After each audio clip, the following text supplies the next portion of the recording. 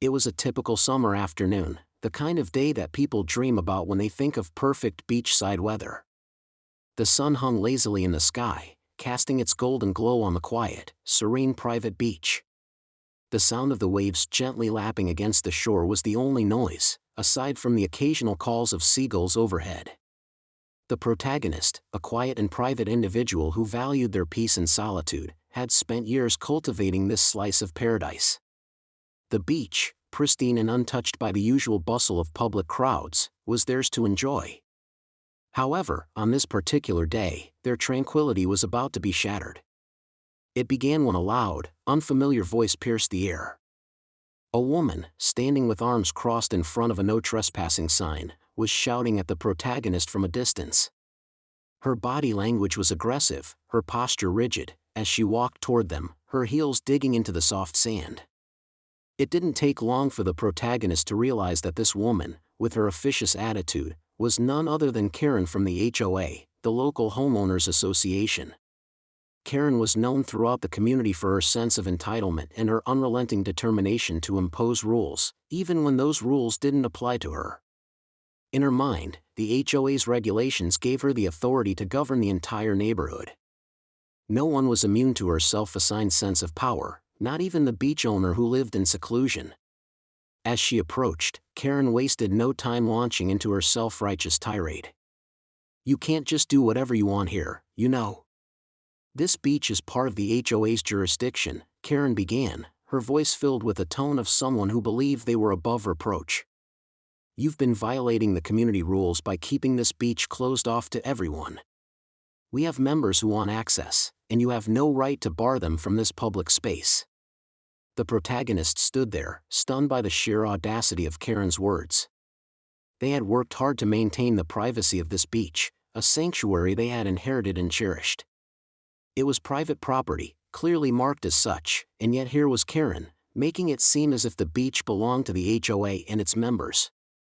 "I'm sorry, but this beach is on my private property," the protagonist replied, their voice calm but firm. "I'm the rightful owner. I've had the deed and title for years, and I've ensured this space remains private for a reason." Karen scoffed at the statement, shaking her head as if the protagonist's words were irrelevant. "Don't be ridiculous," she snapped. "We've had people complaining for years about not being able to use this space. This beach is part of the HOA's land. I'm the one in charge of making sure everyone follows the rules here. You'll need to start complying with the HOA regulations, or I'll have no choice but to escalate this." The protagonist, still trying to grasp the full scope of Karen's claims, tried to reason with her. "Karen, I've reviewed the HOA's documentation. The beach is not part of your jurisdiction, and your regulations don't apply here. I'm afraid you've got this wrong." But Karen wasn't having it. She had no interest in listening to reason. Her voice grew louder as she continued her tirade. "You think you can just ignore the rules because you own this property? That's not how it works here. The HOA has rules that apply to all members, whether you like it or not. I'm going to have to call a meeting with the board, and we'll sort this out. If you don't follow the rules, you'll face the consequences. It's time you stopped being so selfish."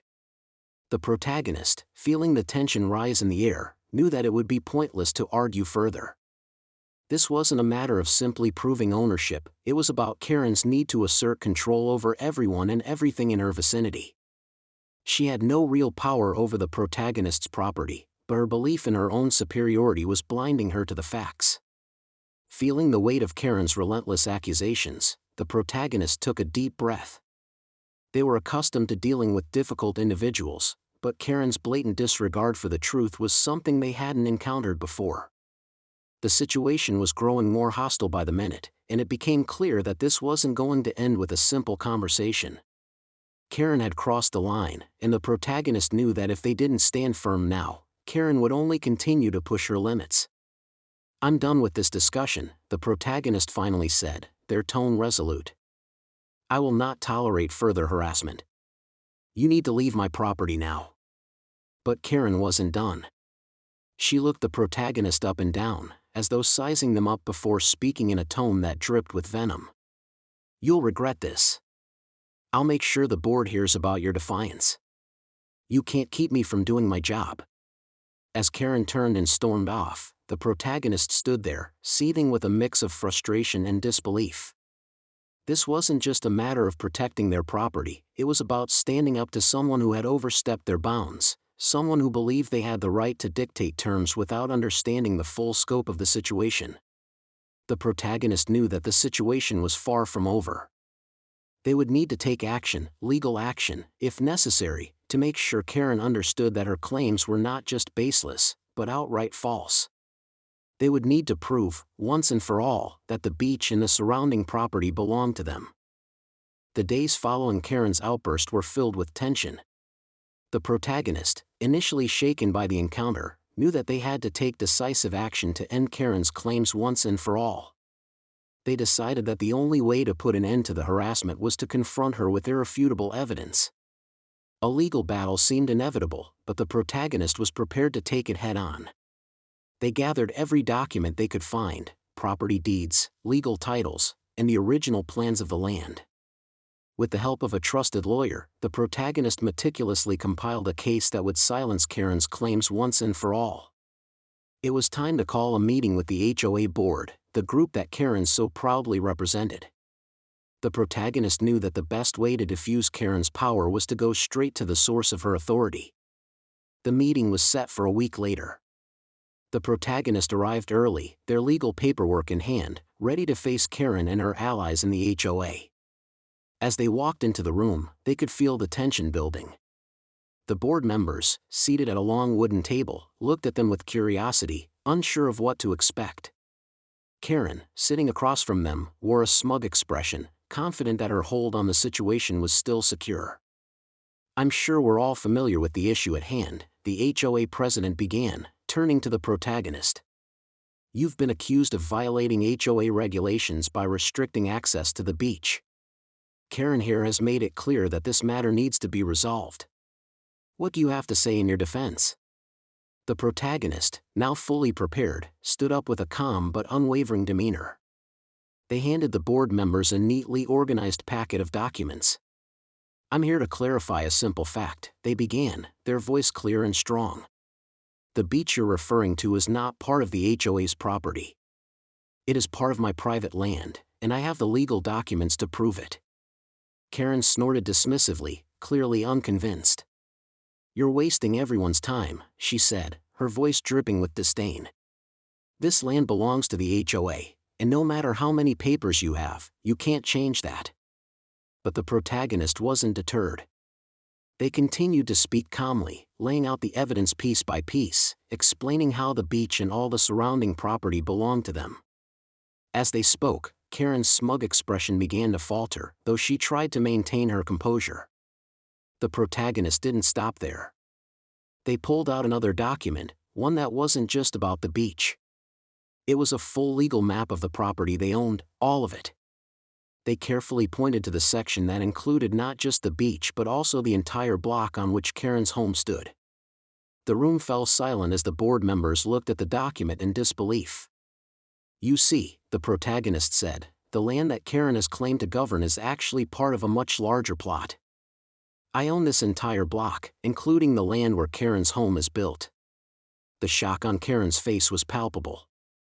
Her entire body stiffened as the realization hit her. She had been making demands on land that wasn't hers to control, let alone claim. The board members exchanged glances, murmuring among themselves as they processed the revelation. Karen, now visibly shaken, looked at the map, then back at the protagonist, her face slowly turning red with embarrassment. "No," Karen muttered under her breath, her voice shaky. "This can't be right." But the evidence didn't lie. The protagonist had presented not only the property deeds and legal documentation but also historical records that traced ownership back several decades, confirming their claim to the land. Karen's accusations began to crumble in the face of undeniable proof. With the room still in stunned silence, the protagonist calmly took a seat. They didn't feel the need to say much more. The truth was out. The beach and everything surrounding it belonged to them, and Karen's baseless claims had no standing. The protagonist turned to the HOA board and addressed them directly. "I trust you can now see that the situation was a misunderstanding," they said. "I have no intention of disrupting the community, but I will not stand by while someone tries to assert false authority over my property. I hope this will be the end of the matter." Karen, now flustered, opened her mouth to respond, but no words came out. She was caught in a web of her own making, her earlier confidence shattered beyond repair. As the reality of the situation sank in, she stood up abruptly, gathering her papers with shaking hands. "You'll regret this," she spat, though there was no conviction in her words. "I'll make sure everyone knows about this. You'll never get away with it." The protagonist remained composed, watching as Karen stormed out of the room. There was no point in retaliating or engaging in a petty argument. Karen's reputation would take care of itself. The damage had already been done. After the meeting, the HOA president turned to the protagonist. "Thank you for bringing this matter to light.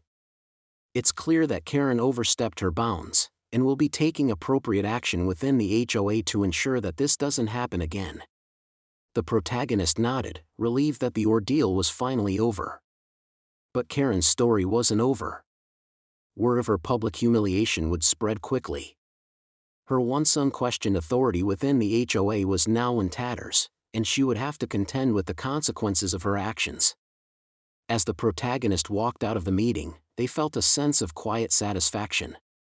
They had not only protected their beach but had also exposed Karen for what she truly was, a woman whose thirst for power had led her to claim what was never hers. It wasn't about revenge, it was about standing up for what was right and letting the truth speak for itself. The protagonist knew that the road ahead would be smooth, but they would always remember this moment, the day they reclaimed their land, exposed the HOA Karen for the fraud she was, and reminded the world that no one was above the law.